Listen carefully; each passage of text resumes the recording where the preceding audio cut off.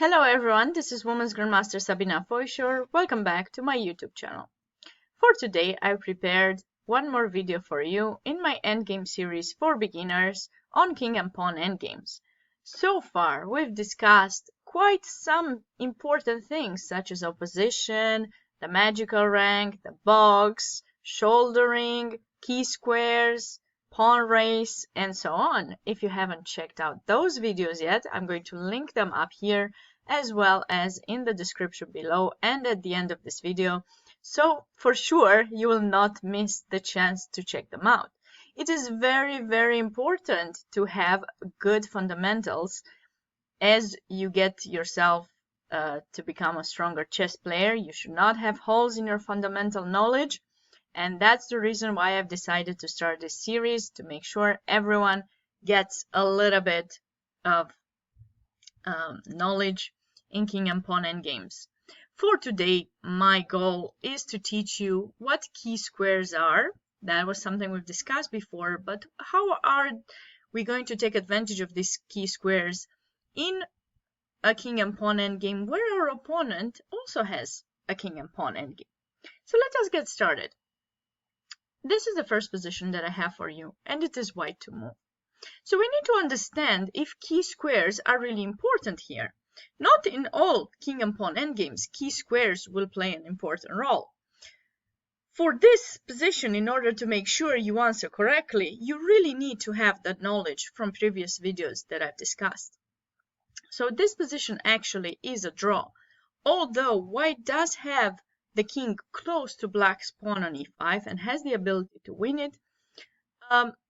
Unfortunately, they will not be able to win the game as follows. If white plays king d6, black is going to move the king to f7, and whenever white will capture the pawn, black will go king e7, taking the opposition, and because this pawn is not on the magical rank, because of that, unfortunately, the endgame is not winning for white. However, if we see the exact same position, a little bit moved forward, so it's not really exactly the same, with this pawn on 5th rank, which in this case is the magical rank, white is going to be able to win this by playing king to d7.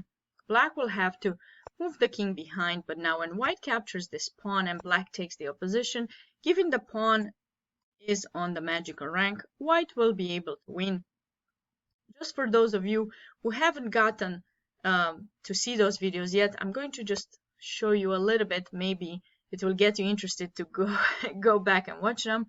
White has to go to one of the sides, black will continue, white pushes the pawn, and now when you get in front of the pawn, e7, putting white's king in a position where they have to go to the side, and after king d7, white promotes the pawn and wins the game.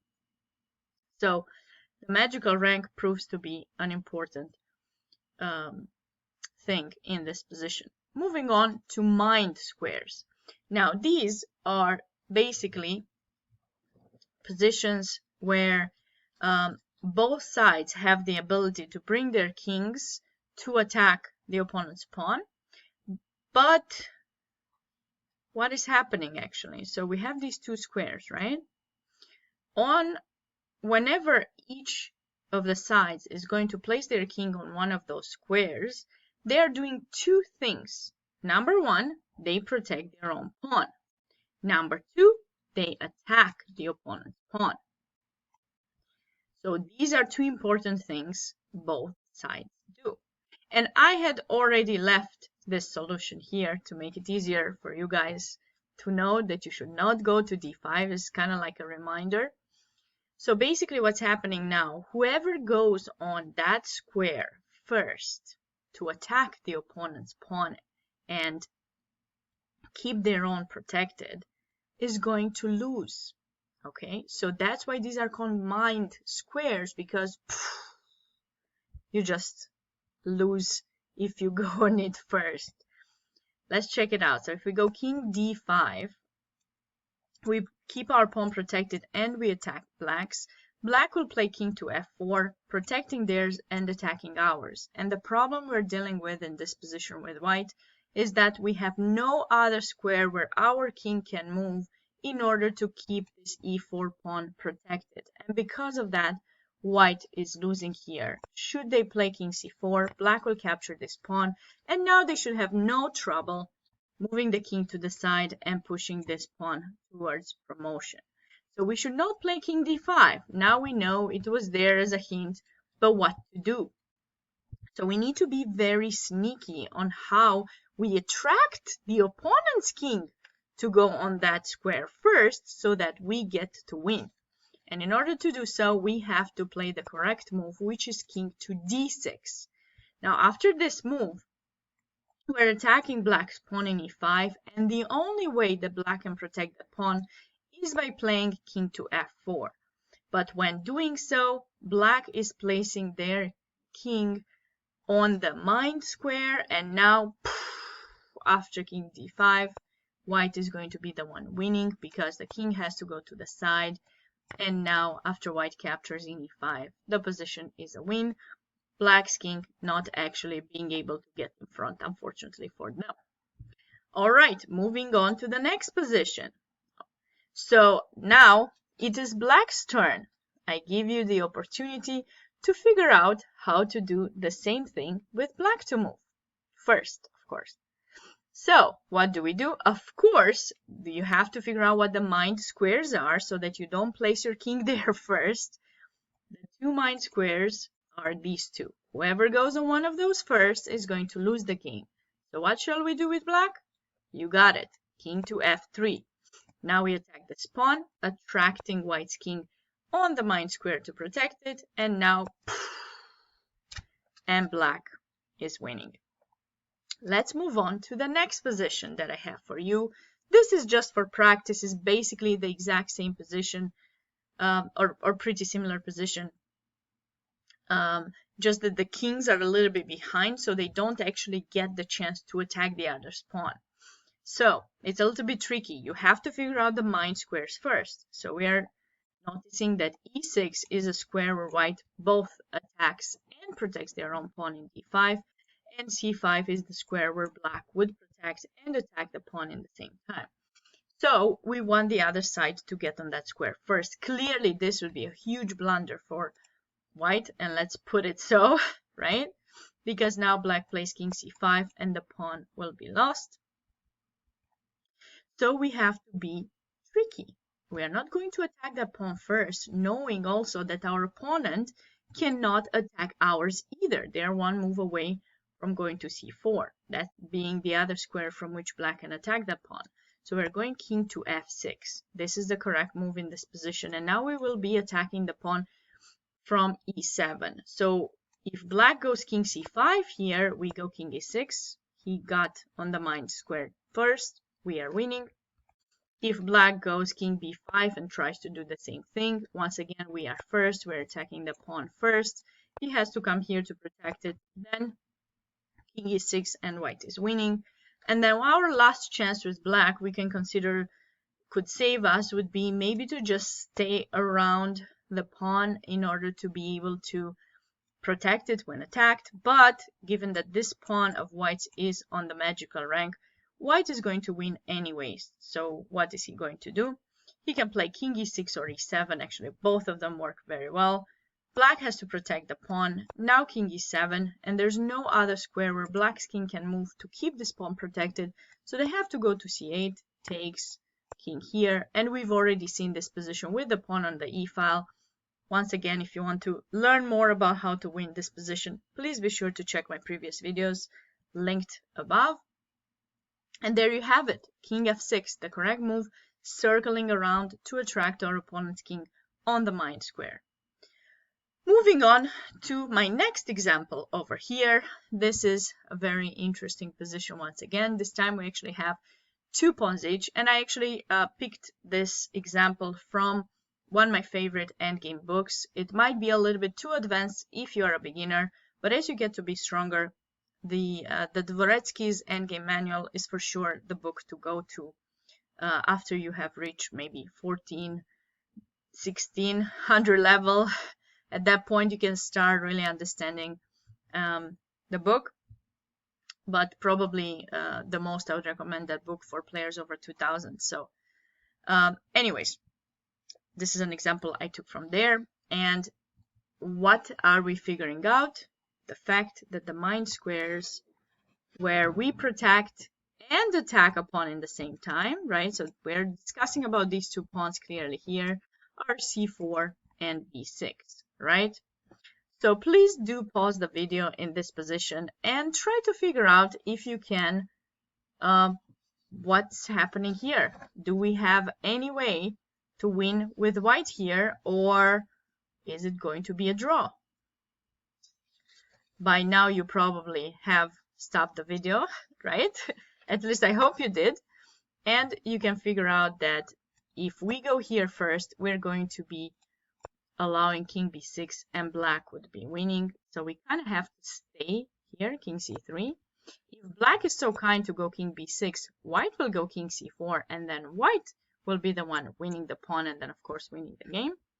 So here we will have a new theme that you will become familiar with, which is called Zugzwang.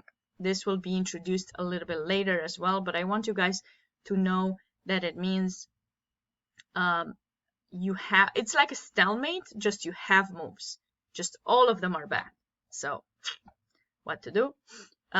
But black is not in Zugzwang here because he doesn't need to play king to b6. He's going to go king to b7, and we are kind of in, like, I don't know, a position where neither one of us can win. We are just staying here and waiting. King b3, king c3, he's gonna wait unless he's so kind, or we are so kind, to go on that mine square first, but we know it's bad, so we'll try to avoid it.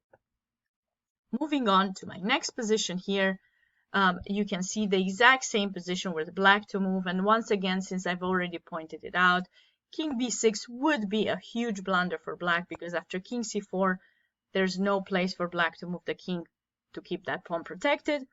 So because of that, black would have to just wait here next to the pawn, and so will we. And neither of us can actually just go somewhere further, because if we go too far from the mine square, then the other side will be able to actually go on it and win the game. So we have to be careful.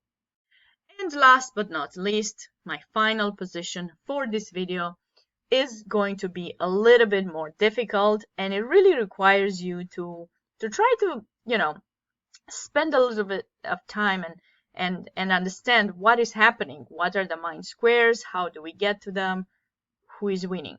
So please pause the video and try your best to find a way to solve this position. I'm not telling you anything about the result of it. You have to figure it out yourself. Alrighty, hopefully all of you have done so, and let us get started. So in this position, white's king is really far from attacking black's pawn, but it is white to move. So clearly they must have something under the belt, or else I wouldn't have given you this position. We gotta figure out the mine squares, and with pawns blocked in front of each other, we kind of figured out that it was the squares next to the pawns where they protect and attack the other side's pawn. So those are the mine squares. So now we have to figure out what is happening. White's king is way too far from that square, so certainly it has to come close to that square. Whereas black's king seems to be able to go there immediately, but if white were to bring the king closer, black couldn't go there because then they would lose. So this is what's happening now. So we go king d5. We bring our king close by. And now if king g3, right, I'll just put a mistake so that I don't keep flipping this up and down, but it's definitely a blunder, because now after king e4, white is winning. You have no place to go to keep the pawn protected. White takes it and it's over. Moving back. For example, if we try to go king h3 and try to attempt to attack the pawn from behind it, well, white has brought their king close enough to actually attack it from behind first, attracting now black to protect the pawn, and there they go, king e4, and white is winning again. So going back to this position, if you've only considered king d5 and you said, well, white is winning, then you might have made a huge mistake, because it means you have forgotten to consider the fact that this pawn of white's is not on the magical rank. All right, so because of that, we shouldn't be greedy. We shouldn't try to go king h3 or king g3 and try to win. Even if our king is a little bit closer to the pawn, we clearly can see that those moves don't work. So don't try it more. If they don't work, try to see if you have other options. And here with black, we do have another option, and that is to simply retreat with the king. And after king e5, king to g6. And the whole idea is that now when white captures the pawn, black will take the opposition. And once again, as I pointed out a few moments earlier, because this pawn is not on the magical rank, black manages to save the game. And there you have it. This was my video about key and mind squares. I really hope you enjoyed it and you've learned a few things, you've picked up a few things. If you feel that you're still having trouble with some of these positions, please go back to check out my other videos that I've made in my endgame series for beginners on king and pawn endgames.